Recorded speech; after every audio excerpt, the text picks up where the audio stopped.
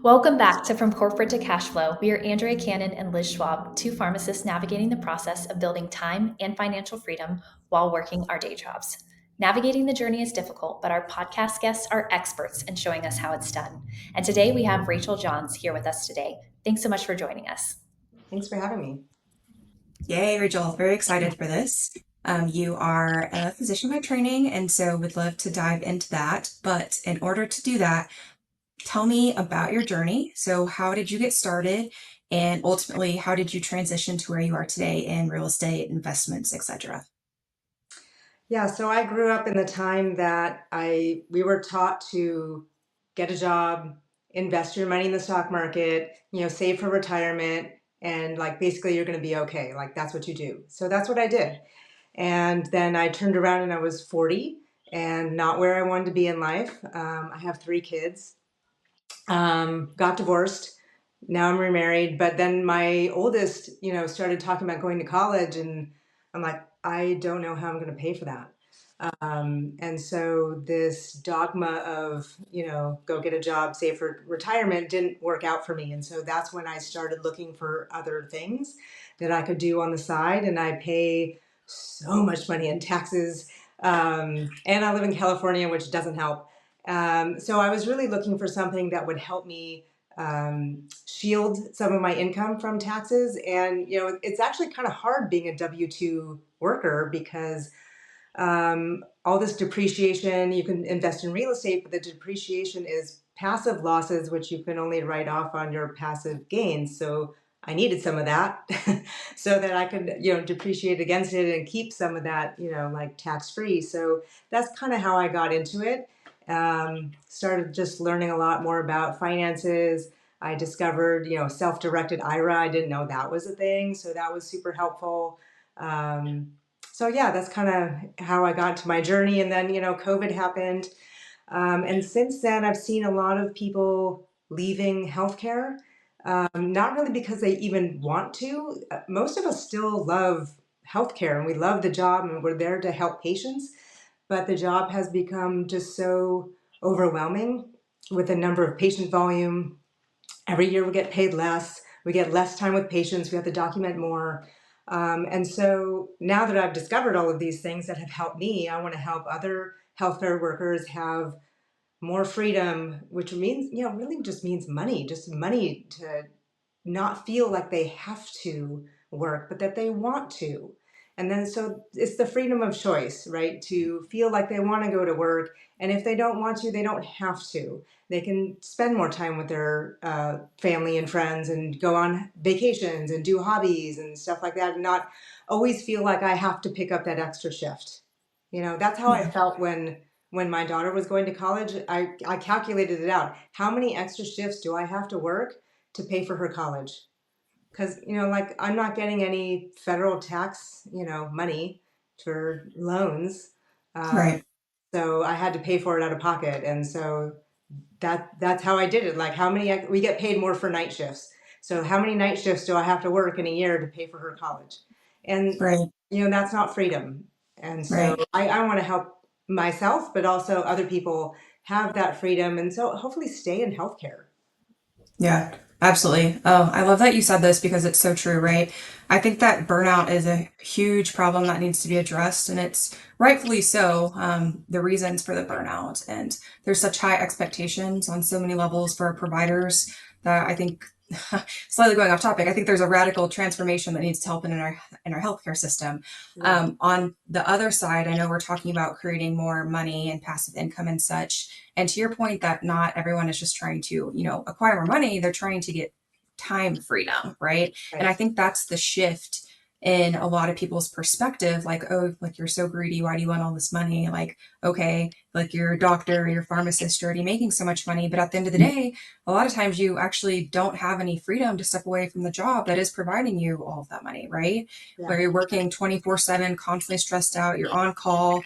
I mean, you don't get any downtime. You don't get to decompress. And so I think that's a really good way to think about it, of course, is it's that freedom of time and being able to go into work if you want to, so that you can go back to, genuinely enjoying it without like the high levels of stress that is so often pushed onto you.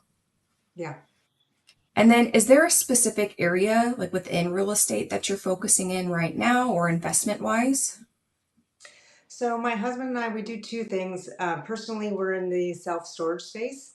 And then we also have relationships with a lot of other operators. They do multifamily, oil and gas, mobile home parks, RV parks, and private equity. And so, we can help bring other healthcare workers into that. They can choose whatever they want. And so we kind of help place people in whatever investment they want. I like to have some of the real estate in there Mhm. because of the depreciation factors, so that whatever passive gains they make, oil and gas or private equity, it can be depreciated through the real estate. Can you maybe walk us through like an example of this, like what it would look like in real life? Like this Yeah, thing that you just said with like the oil and gas and real estate? yeah. So what I like to do is if you set aside whatever amount of money that you can every year, whatever's comfortable for you. Most operators have like a minimum of 50,000 per investment. So let's just say 50,000. So if you can comfortably invest $50,000 a year every year, and you can put it in whatever you want.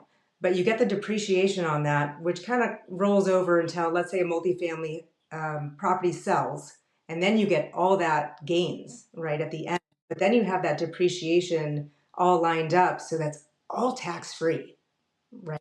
Depreciation, and so then at the end of that, you can keep it. You can roll it over into another one, which just like makes your gains go up and up and up.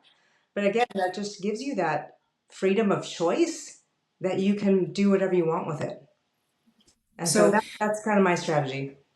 so am I understanding correctly that you always want to pair it with real estate? Like you do oil and gas with real estate or another like the storage with real estate or something along those lines? Is that correct? So for me, real estate gives a lot of the depreciation that, high income earners really need. The oil and gas, it kind of depends how exactly you invest in it. If you're investing like in a rig or, like really on the ground stuff, that comes with depreciation, but it's really risky too. Um, Hmm. so it really depends on someone's risk appetite. I don't think I would want to do it, but there's plenty of people who do. And that's Hmm. with a lot of depreciation. But if you're going to invest in like an oil and gas fund, then you're getting distributions, but they don't really get the depreciation. So I that's see. why I prefer to go, pair things with the real estate because it really always comes with depreciation for the most part. Okay. What about someone like one of your coworkers or a fellow MD who's interested in getting into this for like the first time, but they don't know anything about anything? What would you suggest, like, if you're just wanted to get your feet wet? Call me, let's have coffee. Okay, there you go. There you go. Okay, that's fair. I'll take it. I'll take it. And then what is your feel for the interest level or comfort level? I guess those are two different things with your fellow coworkers. I mean, are you talking to them about these opportunities and hey, here's an opportunity to make some other passive money so that maybe you do have some more time freedom in the future? So, kind of a loaded question. I'm the chief of my department. So, Okay. because I'm one of the leaders, I can't Yeah. have any of them invest with me because that would be a conflict of interest. Um, Yep. but if any of their friends want to come, I'm totally open. But yeah, I'll talk to real estate about anybody. I'm very passionate about it. I love talking about it. I'll talk about it all day. So I'm happy to sit down with people and teach them anything that I know. I'm not like, a super expert by any means, but I'm happy to share my knowledge. Yeah, no, definitely. We love that. And then just for someone that's listening that, is maybe has a high income and maybe your partner pays the taxes, so you don't know how much taxes you're actually paying each year, right? Can you maybe just explain at a high level, like what high earners deal with as far as like the limited things that they're able to deduct in comparison to maybe like real estate professionals? We can deduct almost nothing. So everything that, you hear, like the big beautiful bill, right? This came out a couple months ago and they said that overtime was going to be tax free. Well, not for us because they don't tell you on the news that there's an income limit to it. I want to say it's 250 for a couple filing jointly. I'd have to look up the number, but we're over that. we AGI out of everything. So we really have very, very little deductions that, you know, your mortgage interest, you know, deduct your kids, that kind of stuff. I can deduct my uniform costs is, you know, like $35 a year. You know? I mean, it's really sad. There's nothing. So Mhm. things I'm actually trying to do is retire my husband so he can be a real estate professional, because if your spouse is a real estate professional, then I can get more tax write-offs on my W-2 income. Yeah, that's such a good strategy to do. And I wish, I mean, my husband is a physician and I'm a pharmacist, and one of us is like ready for that move at this moment, because I really enjoy what I do for work, and Yeah, he's pretty new as far as, I mean, he's only been a surgeon out of fellowship for 3 years now, so it just feels like too early for that. he But likes it, right? yeah. Yeah, no, he Yeah. does like it. Yeah, and so, I mean, and like, you just feel like you put all that work into residency and fellowship and all of that, that it would just be a shame to like stop right now, all those really long weeks and everything like that. And like I said, he does also enjoy it. So I totally understand. Have you thought anything, 'cause taxes are like the thing that grinds my gears more than anything else. Cause you know, we're in a similar boat as you, not in California, but still dealing with two very high incomes, and we don't even have any kids or any of those standard write-offs.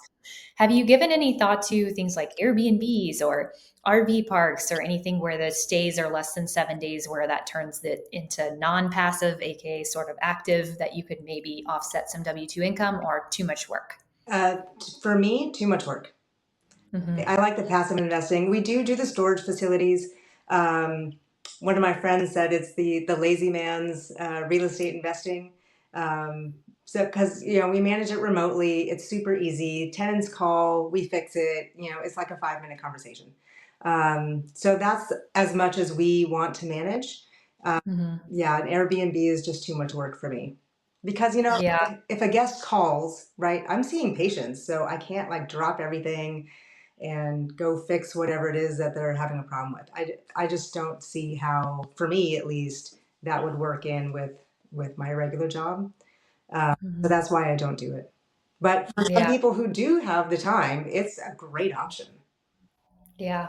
No, definitely. And there's so much of a hospitality component, because that was originally my first thought was, let me get into Airbnb because this is the only way that we can offset W-2 income really. And Mhm. RV parks sounded a little too crazy for me at the moment, and still, Me too. honestly.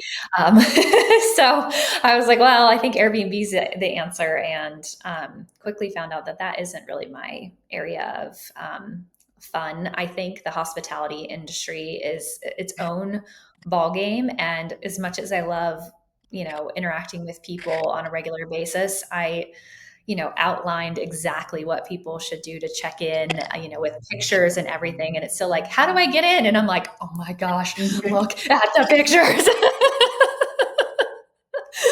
So yeah, so I won't be participating in any more of those Yeah. myself going forward. So I completely understand. I completely understand. That's really cool. And so self storage. It sounds like you like for the lazy I kind go for of the like, lazy methods. Yep.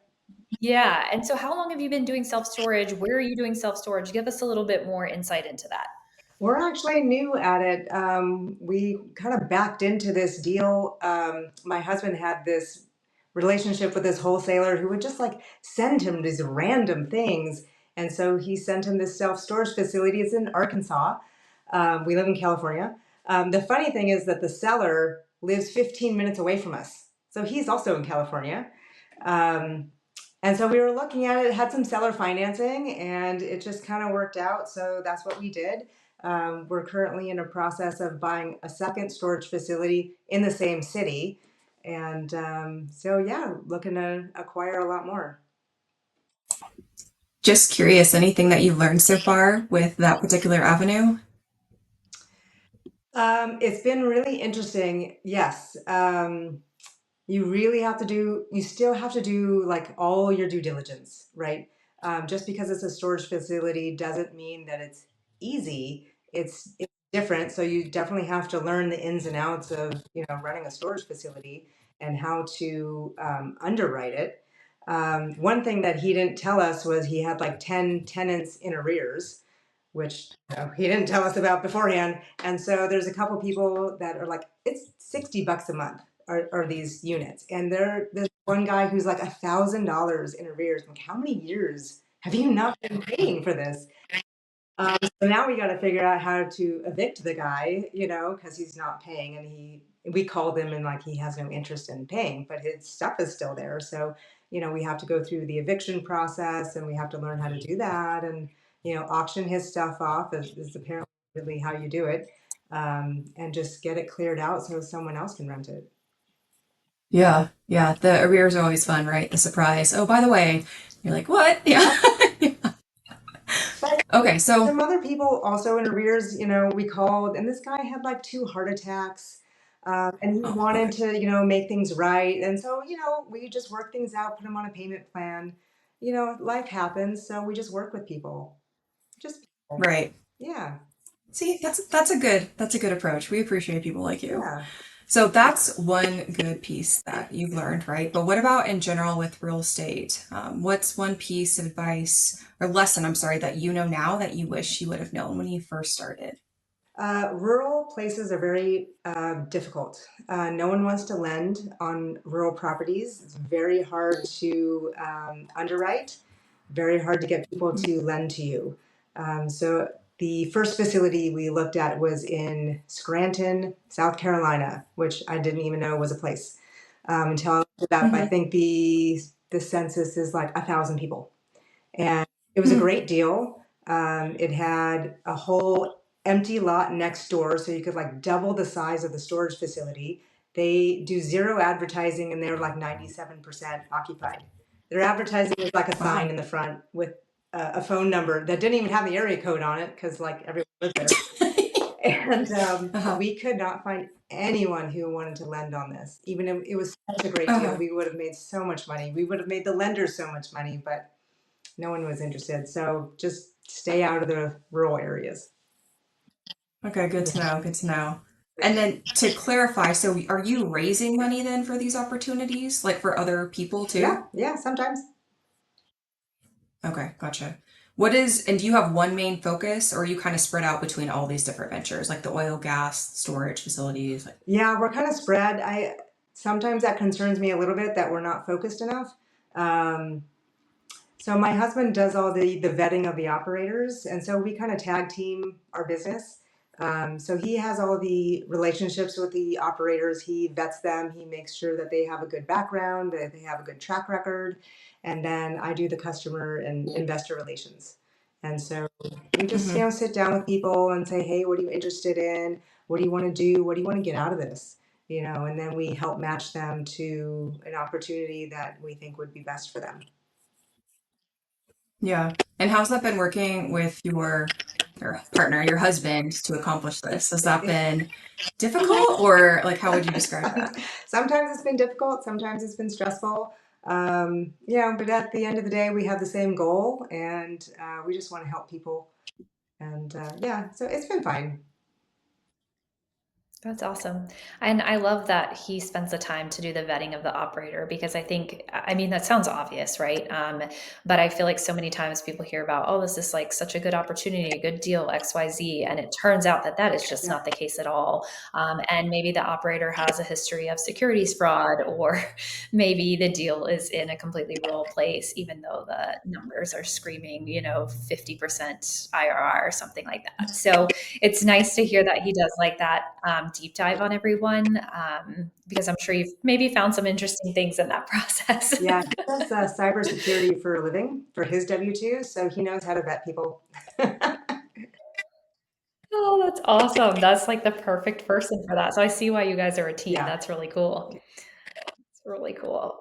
So thinking about just the fact that you're a physician and still full time, and then you have this side venture of, capital raising for all these different deals. Are there any habits or routines that you've developed to stay focused and on track towards your goals? Yeah, I definitely time block my calendar. And so on Sunday nights, I go through the whole week ahead. Usually I'll do 2 weeks ahead, actually. Time block everything when I'm working, when I'm sleeping, when I'm doing stuff with the kids. And then I'll, block stuff in around that when I'm going to work out.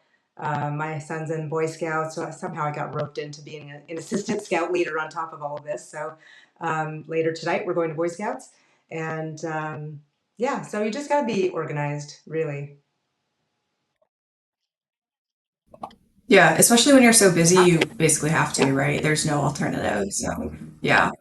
And I block everything. Like everything is on my internet calendar, whatever you want to call it. I don't know if people can function without doing that, to be honest with you, because I used to be like an actual physical agenda, but then I would never use it. I bought a calendar like the past 5 years, and I maybe put like two scribbles in there and just throw it away. So everything, my whole Hmm. life is on my calendar on my phone.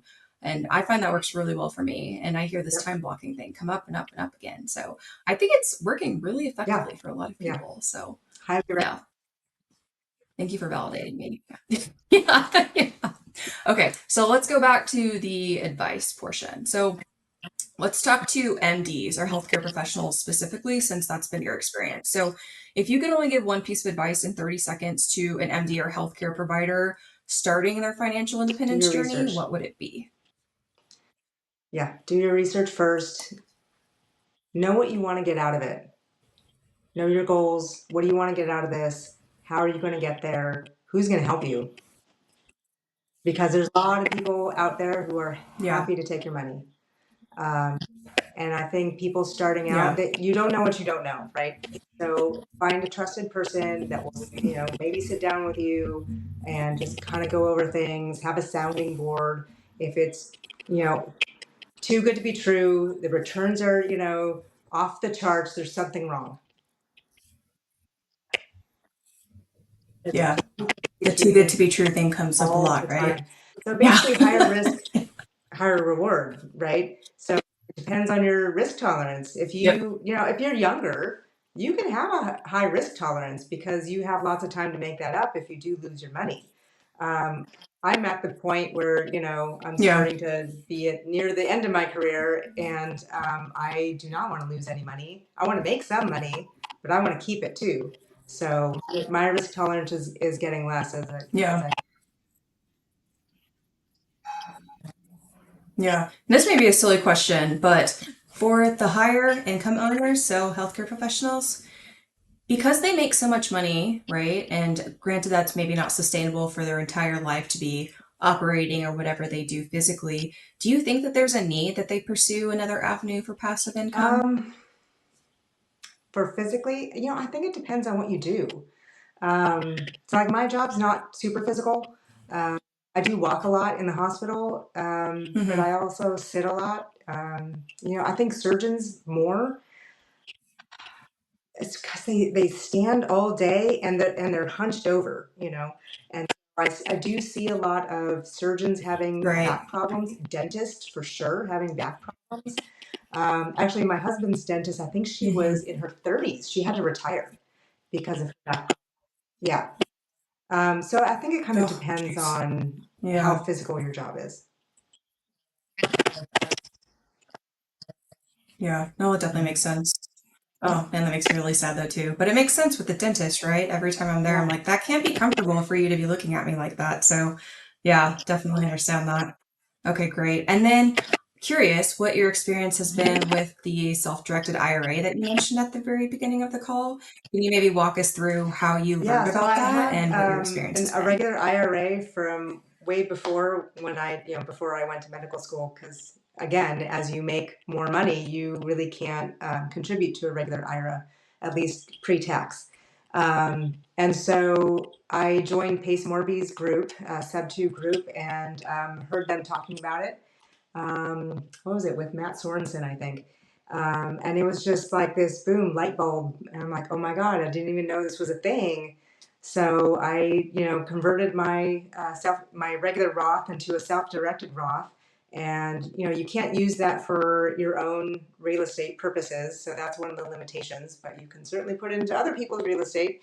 So that's what I did. I found a fix and flip group that I trusted, and I put my money in them last January. Was my first one.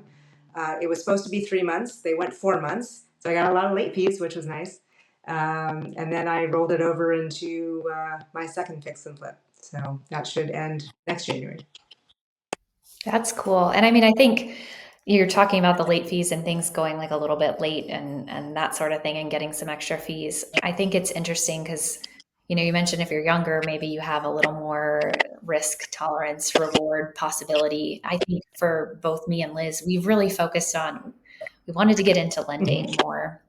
And we were like, okay, there's these awesome high percentages that you can get from second position and Gator and all these other things that people talk about lending on, right?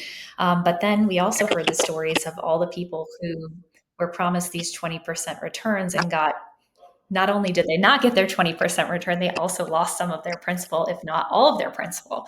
So it's like, okay, so would I rather have a, 8 to 12% annualized return and be for sure safe with my money? Or would I rather have the possibility of getting 20% annualized and have some sort of heart attack in the process because my principal Yep. goes away to zero? So you know your risk So it's, tolerance. So that's awesome. Yeah. yes, yes. And we've been kind of going through that process right now.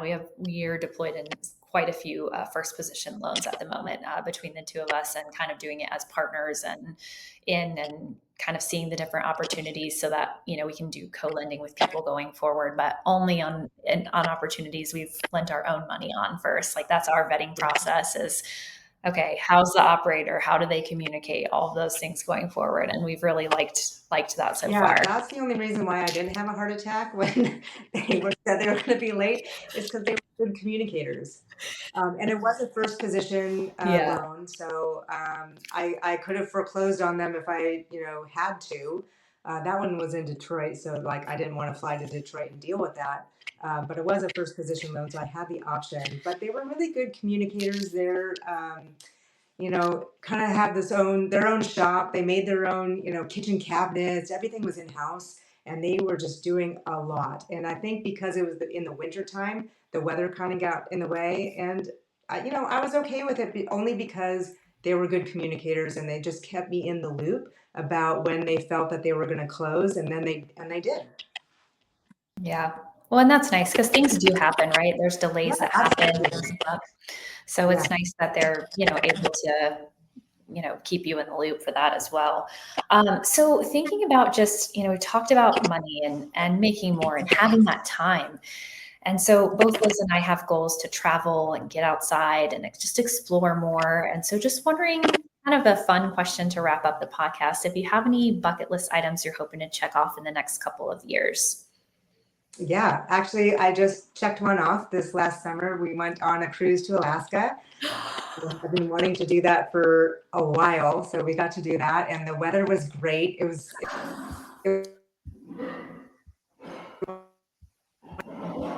so that was great. Next year we're going to Italy, which I've actually been a couple times, but it's been a really long time. So going there, my husband and we're both Italian. He's never been, so we're excited about that. What else? I love traveling, so I have not been to England and Ireland, so that's probably my next one after. Oh, that'll be so fun. Oh my gosh, I love travel too. Those will be excellent. Those will be absolutely excellent. Oh my goodness, they sound amazing. Man, I have we got to go on a Alaska cruise with my family a couple years ago, and it was such a good family vacation. Like what a fun way to like spend time together for dinners, but all get to, kind of do your own thing during the day. Like my parents are not Yeah, super active. So I went on hikes and they did like whale watching, stuff like that. we did the same thing. It That's was I actually awesome. love got that. warm enough. We were like in our bathing suits at the pool, which I didn't really expect to happen, but that was a nice twist. That is nice. Yeah. So I have another question just to re-clarify. So if someone wanted to work with you or collaborate with you, can you tell us what those opportunities would look like? Like, do you have anything available right now that someone could reach out to you about? Yeah, we always have stuff available, actually. I think my husband did too good a job making these relationships with operators. We have too many to satisfy. So he actually did have a meeting with someone this morning. He's looking for another 500,000 for a multifamily. We do have a mobile home park operator. He's very interesting, actually. So he does two things. He buys the park, they call them parks. He buys parks, and then he also has like a fund where he helps people. He basically acts as the bank to mortgage a home. Hmm. So when you're retired, you don't have income, and it's really hard to get a loan. No one will loan to you if you don't have income, even if you have assets. Like, they're very weird about it. Right. But mobile home loans are actually one of the lowest defaulted loans. Hmm. So he helps people get into mobile homes. And so what he does that in his own parks, which forces appreciation of his own park. So he Mhm. has these two things going on at the same time. Um, so he's got his fund open pretty much all the time. He's not buying anything this year, but he has like 6 parks that he's looking at to buy next calendar year. Wow. Gotcha. Okay. And are those in particular states or just wherever you get a good deal at? He does them all over the United States, All over. Okay. all And over. then, Yeah. so sounds like those are the opportunities. Is there anything that you are looking for right now? Not in particular. I just want to help people. My goal really, it's so sad to me to have healthcare workers leave the field.